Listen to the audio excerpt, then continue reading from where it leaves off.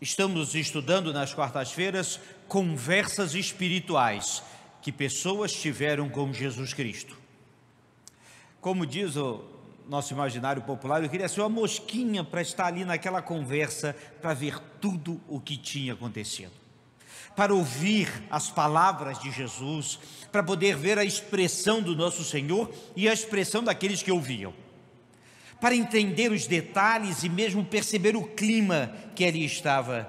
E é isso que vamos tentar fazer ao longo dessas quartas-feiras. Hoje vamos conhecer dois discípulos que tiveram o privilégio de conversar com Jesus por horas, numa caminhada de cerca de 11 quilômetros, logo após Jesus ter ressuscitado. São os chamados discípulos no caminho de Emaús. O texto que nos dirige a reflexão é de Lucas, capítulo 24, a partir do verso 13, que passo a ler agora. Lucas 24, de 13 a 35. Diz assim a palavra de Deus: Naquele mesmo dia, dois deles estavam no caminho para uma aldeia chamada Emaús, distante de Jerusalém, 60 estádios, que quer dizer 11 quilômetros.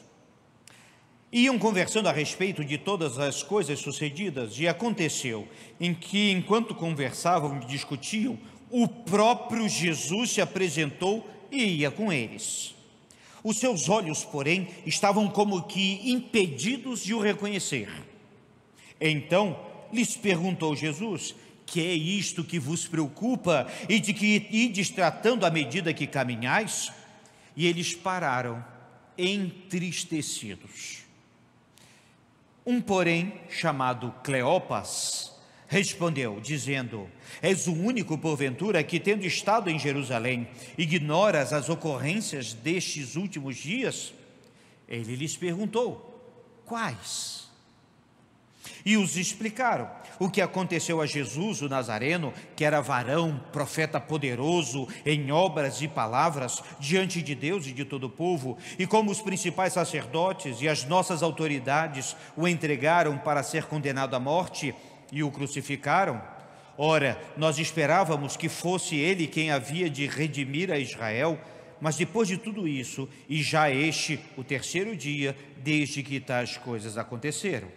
É verdade que algumas mulheres que estavam conosco nos surpreenderam tendo ido de madrugada ao túmulo e não achando o corpo de Jesus, voltaram dizendo terem tido uma visão de anjos, os quais afirmam que ele vive. De fato, alguns dos nossos foram ao sepulcro e verificaram a exatidão das que disseram as mulheres, mas não o viram.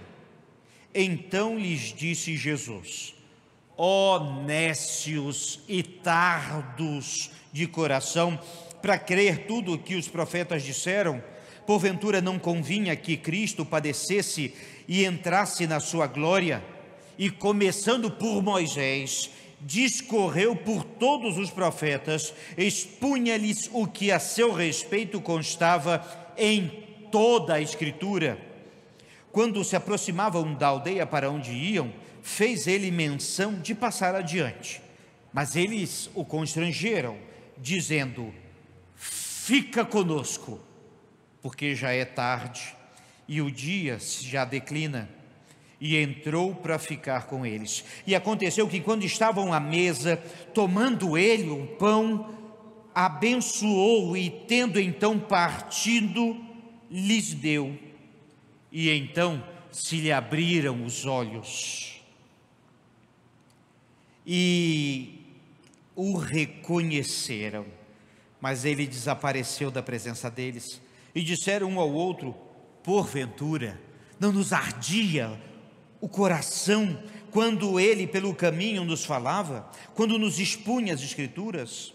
E na mesma hora, levantando-se, voltaram para Jerusalém, onde acharam reunidos os 11 e outros com eles, os quais diziam: o Senhor ressuscitou e já apareceu a Simão. E então os dois contaram o que lhes acontecera no caminho e como fora por eles reconhecido no partir do pão. Oremos. Ó Deus, continua a falar ao nosso coração, em nome de Jesus. Amém. Essa é uma história que sempre me fascina. Eu tenho muitas perguntas sobre ela. Por que esses dois, especificamente esses dois, se nós nunca havíamos os conhecido antes? Por que esses dois e no caminho para esse vilarejo? Que outras coisas eles deveriam ter dito e que outras coisas Jesus disse, claro, e não foram registrados aqui? Foram horas essa caminhada, eram 11 quilômetros de caminhada, sendo que, diz a palavra de Deus, eles estavam tristes, e triste caminhando ninguém corre. Eles estavam andando devagar, cabeça baixa, reflexivos, mas Jesus os abordou. Estava Jesus glorificado. O que é isso? Depois de ressuscitado, Jesus já estava com o seu corpo glorificado. E então, eles não o reconheceram. Outra pergunta a respeito desse texto: não o reconheceram por quê? Pelos seus muitos pecados? Pela sua pouca fé?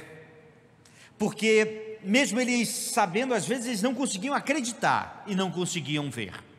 Ou simplesmente, para ver Jesus é preciso caminhar com Ele um tempo. Muitas boas perguntas, mas esse texto e essa conversa nos responde algumas outras também. E é o que nós queremos ver. Um destaque eu gosto sempre de lembrar: esta foi a primeira aula de escola bíblica dominical da história da igreja. Foi domingo e Jesus ensinou as Escrituras no domingo. Portanto, matricule-se na escola bíblica urgentemente. Jesus ensinou sobre profetas e a gente vai estudar sobre Isaías. Então, por favor, façamos como Cristo fez. Vamos à escola bíblica dominical. Tirando esse comercial, vamos continuar a reflexão. Vamos tentar entender essa conversa em passos.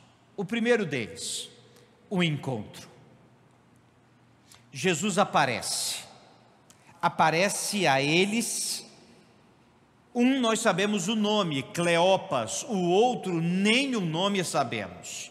Eram dois ilustres desconhecidos, mas que tiveram, como eu falei no início, o privilégio de serem os primeiros discípulos a verem Jesus. Tiveram o privilégio de ouvir uma aula intensiva com o mestre. Tiveram o privilégio de entender cada palavra, de ouvir e de ter o coração aquecido por Jesus Cristo. Foi encontro que eles não esperavam, foi encontro que mudou as suas vidas. Qual era o assunto? Bem, Jesus fica impressionado com que eles estavam, diz outra versão, em que eles estavam preocupados, eles estavam angustiados mesmo com tudo que estava acontecendo. Provavelmente a sua fisionomia estava fechada, provavelmente eles estavam falando com um tom pesaroso e estavam discutindo sobre detalhes. Jesus pergunta exatamente o que é aquilo que está acontecendo, e eles respondem. A resposta deles também é no mínimo interessante. Ele fala: porventura você é o único que não sabe o que aconteceu em Jerusalém? E eles começam a explicar: Jesus, o Nazareno, profeta poderoso em obras e palavras. Veja que eles caminharam com Jesus, eles viram milagres e ouviram as mensagens de Jesus. Também vai dizer que os sacerdotes e autoridades o condenaram à morte e o crucificaram. Eles estavam conscientes de todo o mal que foi feito. E eles também diz que a esperança deles era que Jesus fosse o Messias. É interessante isso, porque era a esperança de todos que estavam andando com Jesus ali. Este é o Messias. Mas já se passaram 3 dias e nada aconteceu. Acho interessante esse destaque, porque eles insistiam. Sim, insistiam. 3 dias Jesus havia ensinado, mas aquele já era o 3º dia. Mas também estavam conscientes que algumas mulheres foram lá e viram o túmulo vazio. Jesus então toma a palavra. É nessa hora, depois de ouvir isso, eu acho que muitas vezes acontece quando um mestre está no meio de um grupo e os seus alunos começam a falar uma ou outra coisa e alguns começam a falar algumas bobagens. O mestre então, gente, espera aí, vamos entender tudo o que aconteceu. Não é possível que vocês não entenderam o que as Escrituras diziam. E então ele começa a sua aula. A aula de Jesus. Extraordinária aula de Jesus. Jesus faz uma análise deles. Todo bom professor olha para a sua turma. Ele olhou para os dois e ficou impressionado com a pouca fé, o pouco conhecimento e como eles ainda não haviam entendido.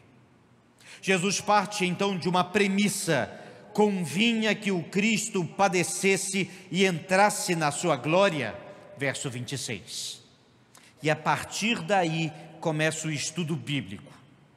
E a partir do foco, ou seja, da chave, Jesus Cristo, o Messias, ele começa lá no início com os escritos de Moisés, o Pentateuco, e vai avançando até os profetas. Ele deve ter lembrado dos Salmos, ele deve ter lembrado das palavras de Davi e de outros, lembrou das palavras de Isaías com certeza, de Jeremias e de tantos outros profetas. Ele lembrou a eles tudo o que foi dito sobre Jesus Cristo. E eles ficaram, meus irmãos, diz a palavra de Deus que o coração ardia, porque não foi aula de homens, foi uma aula extraordinária do próprio Deus. É quem escreveu as Escrituras, é quem viveu as Escrituras, é quem sabia o que tinha acontecido, que falava o que era. Vi certa vez um engenheiro aeronáutico descrevendo um foguete e o seu funcionamento. Era impressionante o ânimo dele.